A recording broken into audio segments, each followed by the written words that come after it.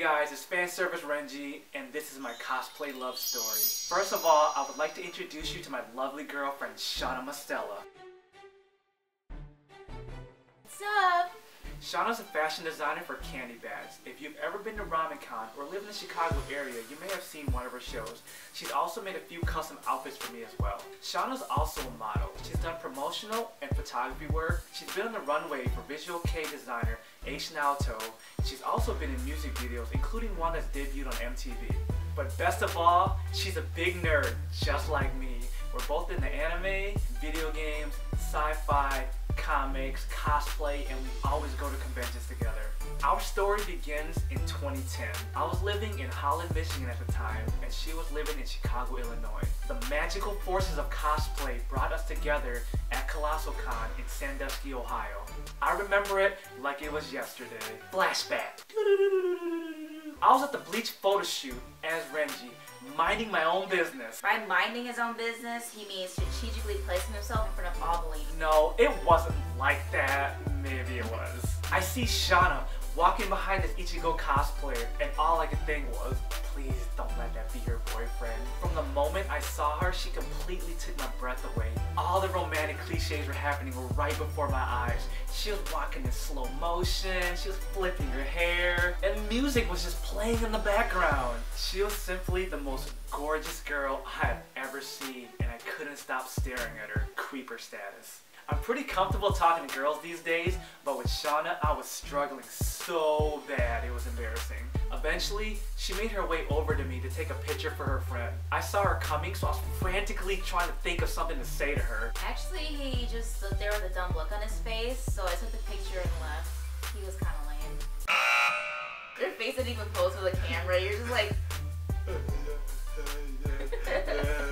Liar. I have the picture to prove it. No, we're not showing the picture. You guys want to see?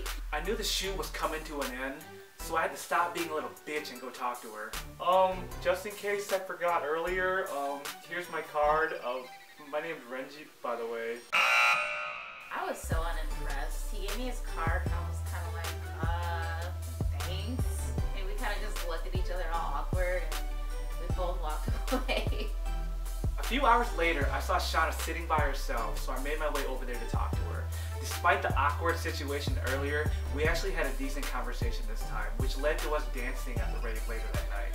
So we met up for lunch the next day, and I took her somewhere fancy. You mean Sonic's? His best pickup line was, girl, we can go anywhere as long as it's something fast food. Hold up, don't be so quick to judge. I got her the chicken club combo with bacon, with a side of tater tots, and a medium Dr. Pepper. Yeah, that's right, I gave her the bacon. Girls love when you give them a slice of that thick smoked applewood, greasy drip drip all over your face. To make things even more lame, I was driving my friend's busted 93 Honda Civic. The car was loud, exhaust fumes leaked into the interior, and the hood would not stay down without duct tape. And I had to borrow duct tape from her to tape it down because it came up a little bit when I was driving and almost smashed the windshield. I actually had to buy him duct tape in the store. So eventually we got in line for the masquerade, and that's where I was gonna pull myself out of the friend zone. I spent too many years of my life stuck there. I've got pictures on the refrigerator of me in the friend zone. I started dropping subtle hints to let her know that I was into her. I would like kind of lean on her and just kind of like push her, you know, just innocent flirting. And then I choke slammed her. I noticed he was tired because he mentioned not getting any sleep the night before, so I suggested we go back to his hotel room so he could take a nap and I can get ready for the rave. I was so dumb and I didn't get it right away. All I could think was like, why the hell would I want to leave and take a nap right now? Do I look like a little baby? Am I on my back with my legs in the air saying change me? Am I sucking my thumb? Is there mush peas in my mouth? No, I don't need a nap. I'm a grown ass man, Shauna. And then the wheels started slowly turning in my head. Dude, she wants to leave and go back to your room. Nothing but smoke shadows. So we get back to my room and I'm super excited. I'm all like, oh yeah, we're gonna make out. Actually, I went to the bathroom to get ready. 20 minutes later, I come out and the dumbass is actually sleeping. I'm like, who does that? Sadly, I too. If Shauna didn't wake me up, I probably would have slept through the whole rave. Sunday finally came and we had to part ways. It was so sad to watch her drive off. I didn't even make it 2 hours before I called her because I just wanted to hear her voice again. Friends that I was driving in with were like making fun of me, like, oh my god, is that Renji? Is that Renji? The next day, reality finally set in.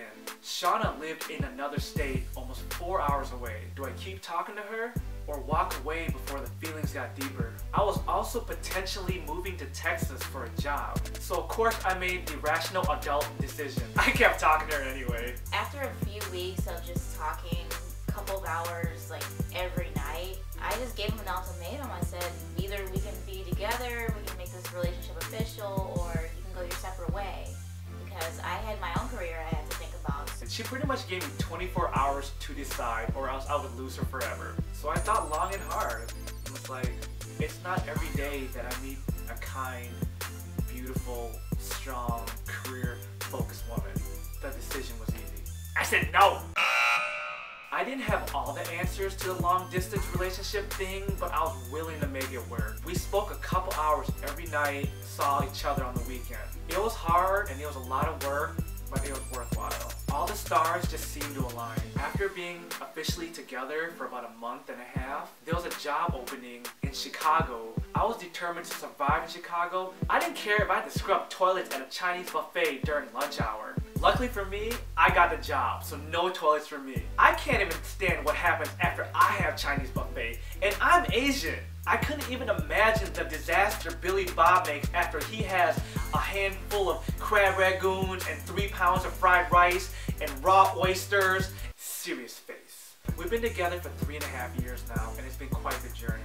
We've gone through so much together. We've had our highs and lows, we've fought, we've cried, and we've pushed each other to the edge. But we always find a way to come back together to overcome any obstacle standing in our way.